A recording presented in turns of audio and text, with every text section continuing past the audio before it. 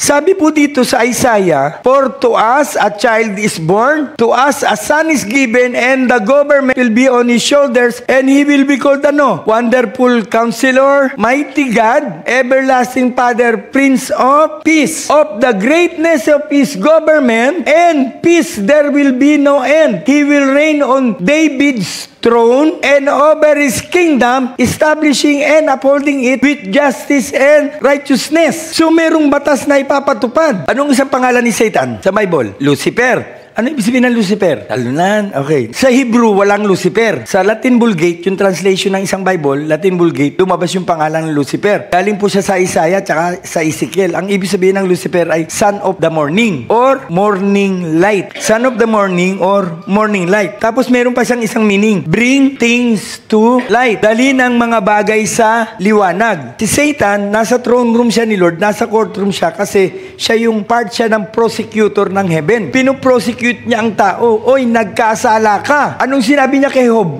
Maglilingkod lang naman sa iyo yan pag binibless mo Tanggalin mo sa kanya lahat. Ewan ko kung pagsilbahan ka niyan. It's an argument. Kaso yun. Ano ang naging kasalanan ni Adan at ni Eva? Bakit sila nagkasala? Kumain sila? Hindi po. Arguments. Ano sabi sa kanina nung ahas? Sinabi ba talaga sa iyo ng Diyos? Natatandaan niyo yung verse? So it's an argument. Yun dun sa very powerful. Kaya ano sabi sa 2 Corinthians chapter 10? Lahat ng bagay na nagmamataas sa Diyos, lahat ng arguments in Jesus' name, binabagsak natin to sa pangalan ng Panginoong Hesus. Hindi dapat manalo yung arguments ng kaaway sa buhay natin kung tinatayuan mo ang pangako ng salita ng Panginoon.